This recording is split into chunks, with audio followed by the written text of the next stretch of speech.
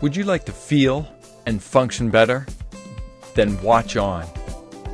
Toxicity and the connection to cancer. In this video, you'll explore a huge contributor to cancer promotion, something you most likely already know, and that is that toxins poison the body and play a paramount role in setting the stage for cancer promotion. Reducing the toxic load on your body is important to optimize your health and well-being. Reducing toxicity enhances the quality of your life and helps with cancer prevention. Interaction of diet and lifestyle on cancer promotion and reversal. Again, we're going to look at toxicity in this video and its effect on cancer.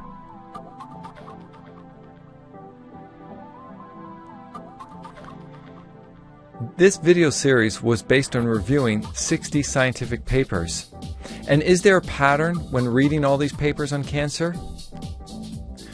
There was, and that is that reduced exercise, changes in body composition, that's where we gain fat and lose muscle, increased environmental toxins, things like xenoestrogens, poor food quality or the lack of phytonutrients, elevated insulin, chronic stress, inflammation, poor methylation, they all tax and burden the system, resulting in a reduced or confused or distracted immune system which can't do its job properly, and increased stimulation for abnormal, aberrant cell growth. Simply put, increased environmental stressors, the triggers, and reduced internal resistance set the stage for cancer. This simple diagram summarizes it all, and I don't think it needs an explanation.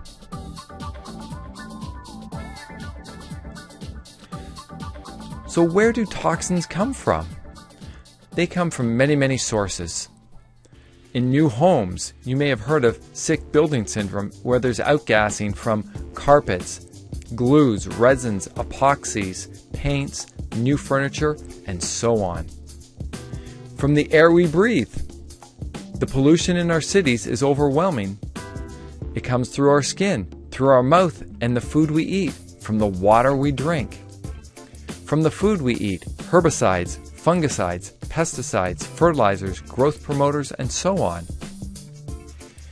And our body produces toxins from the inside, from our intestinal tract, and from our metabolism, and also from the bacteria that live within us in our intestinal tract.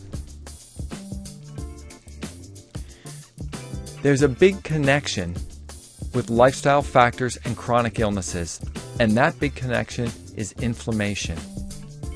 Inflammation is connected to obesity, and obesity promotes inflammation. Toxicity promotes inflammation. Diabetes promotes inflammation, and inflammation contributes to diabetes.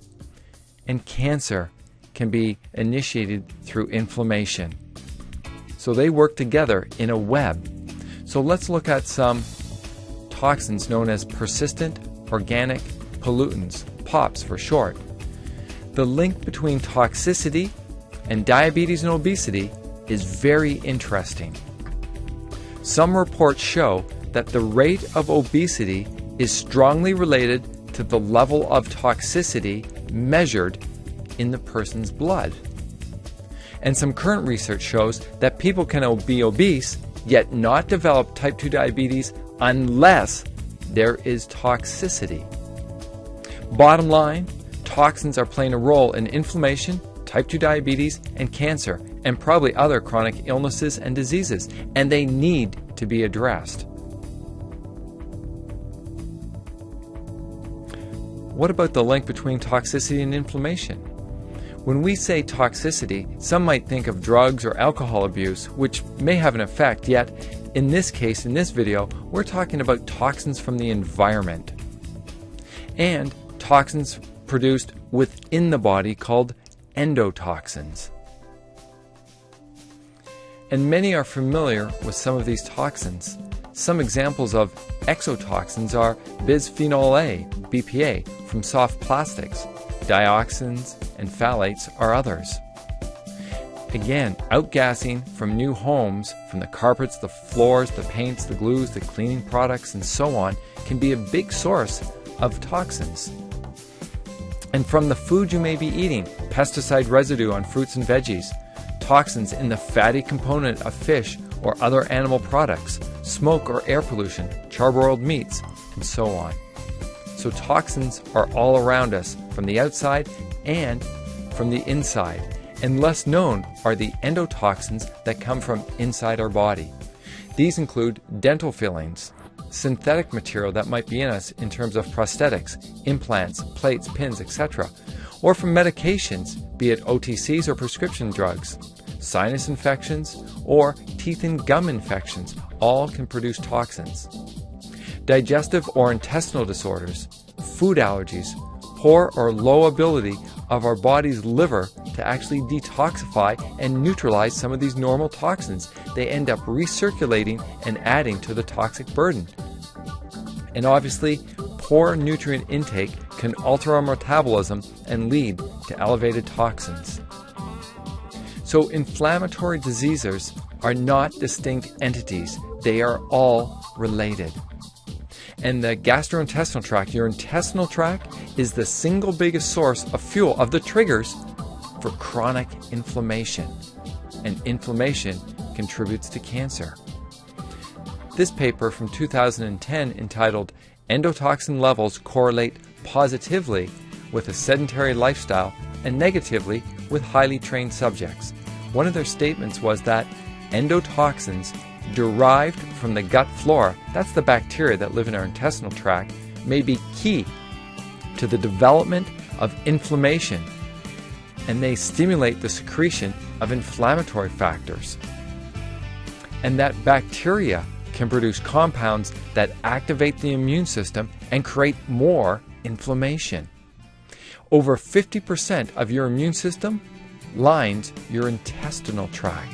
So obviously, if that's the first line of defense, and if you have food allergies or toxins coming in and poor digestion and so on, that can activate the immune system and that can contribute to inflammation. And as you're learning, inflammation plays a role in cancer and other chronic diseases. The inflammation in the intestinal tract can cause irritation, and the very tightly knit, close-knit cells can develop spaces between them. This is described as leaky gut syndrome. And when this happens, you can get food particles and undigested material coming in, and this activates the immune system, creating inflammation. And leaky gut syndrome also forces the liver to process higher quantities of internally and externally derived toxins, and this contributes to more burden on it. As well, it promotes inflammation.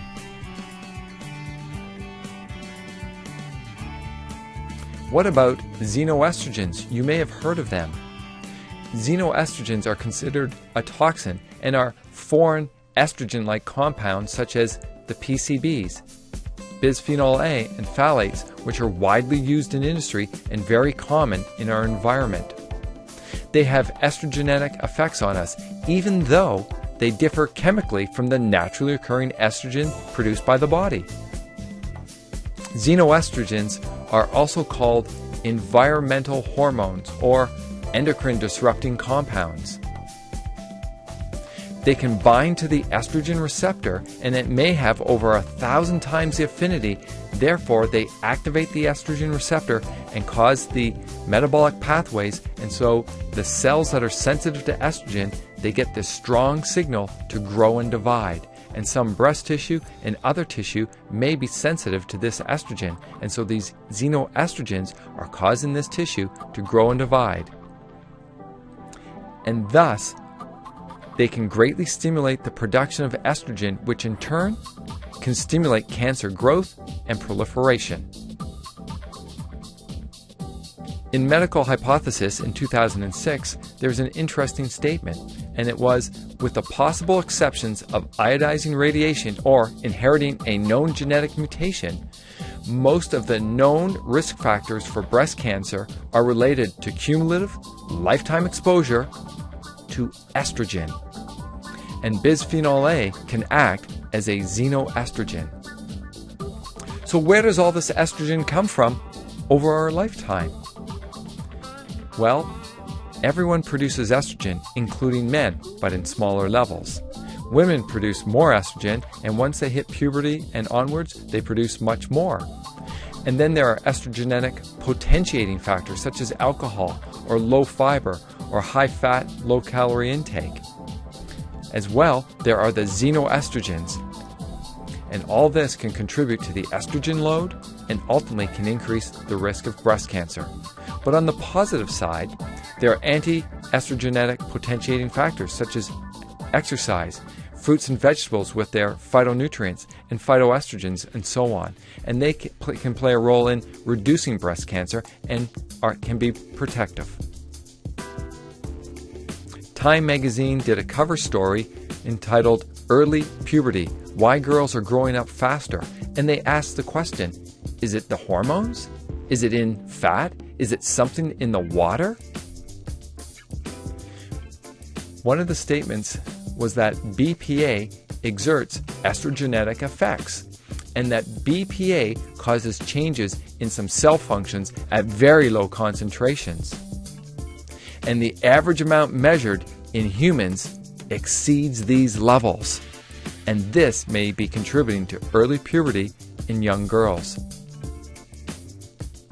And what's interesting is that BPA, bisphenol A, it stays around longer than we thought.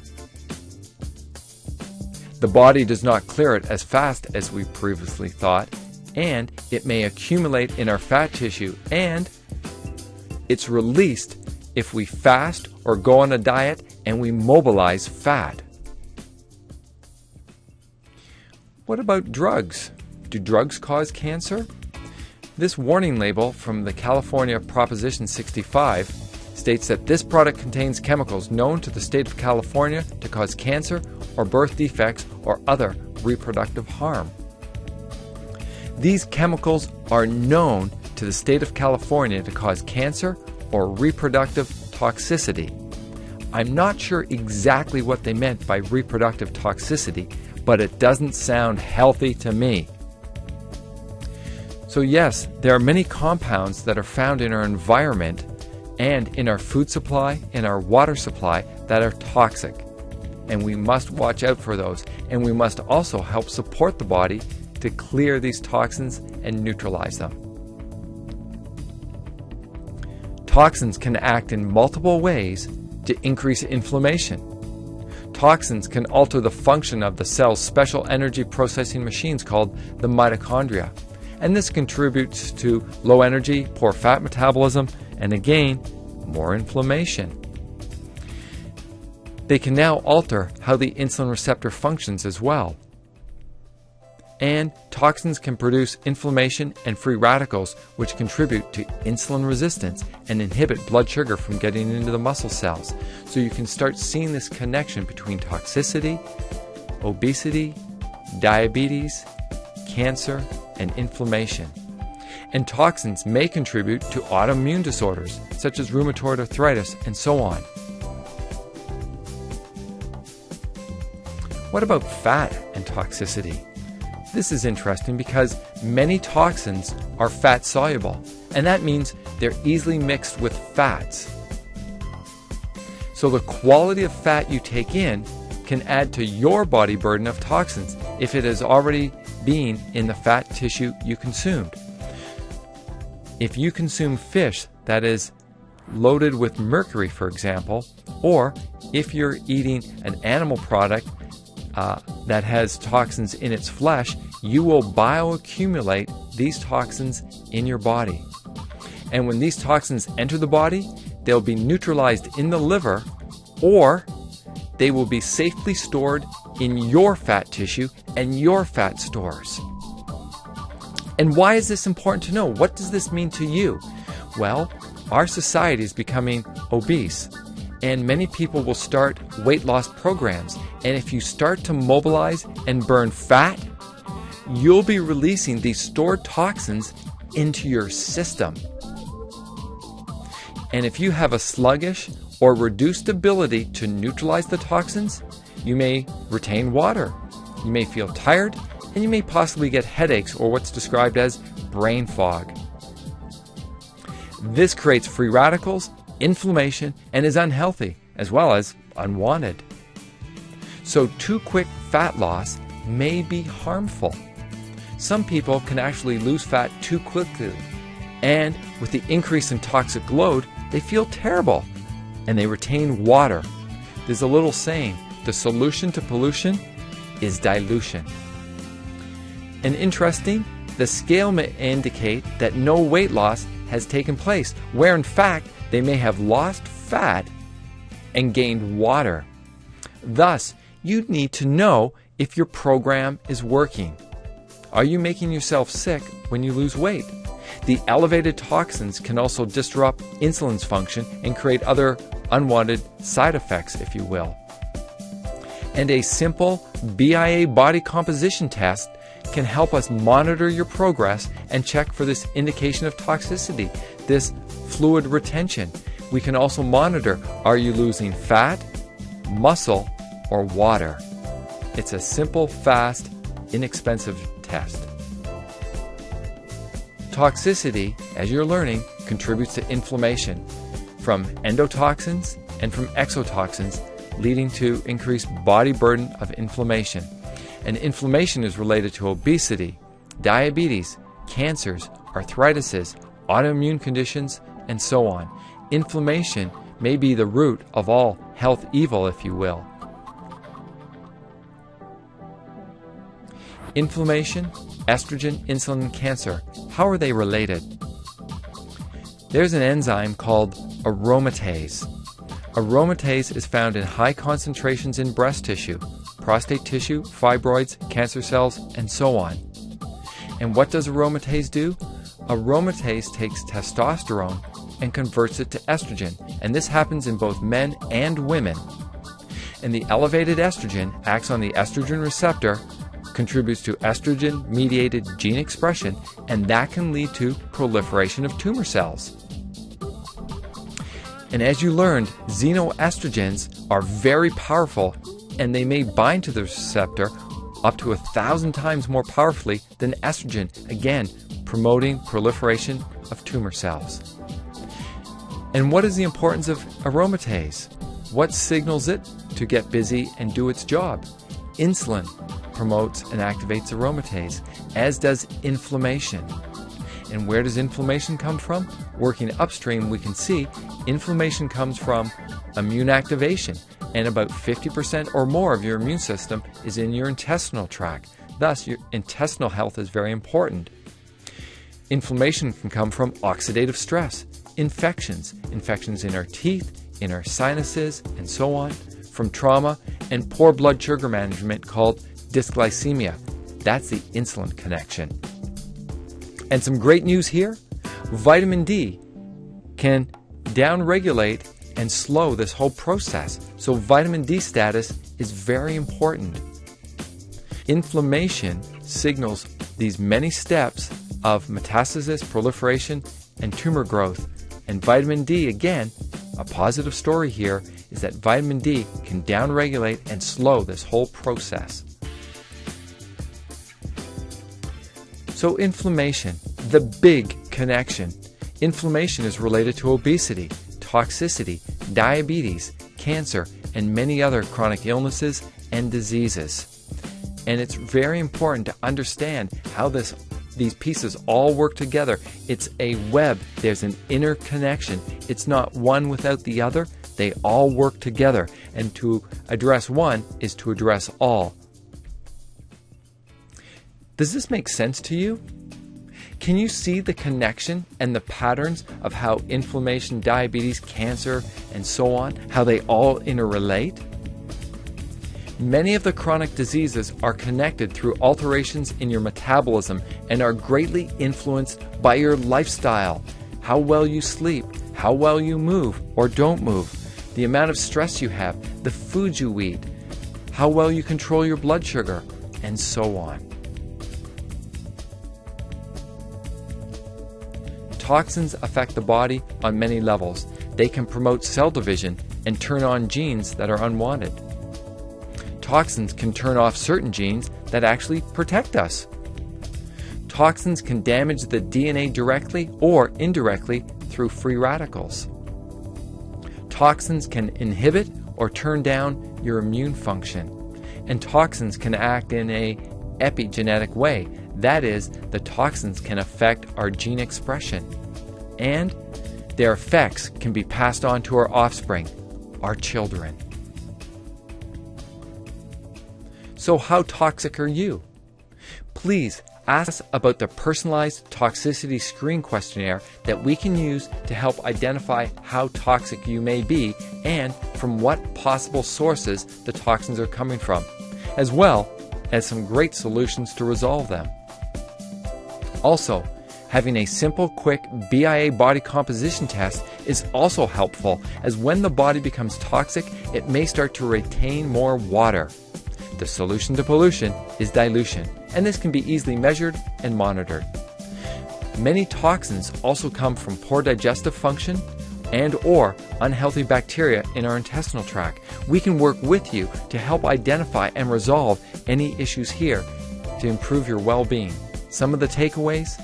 Number 1, simply put, toxins contribute to cancer in many ways and on many levels. And 2, their effects can be cumulative and can be passed on to our offspring via epigenetic effects. And 3, reducing toxic load and exposure should be a constant goal in our modern society. And detoxification optimization programs should be employed to further support and assist the body to clear these toxins. There are many ways to support detoxification that assist in prevention and help reduce your risk to cancers. And we'd love to help you do this. In the next video, you will explore the vitally important connection to phytonutrients and cancer. This will help you better address the root cause of cancer and chronic diseases. As cancer affects so many family and friends, please forward this video onto them so they too can benefit from this knowledge. Thank you.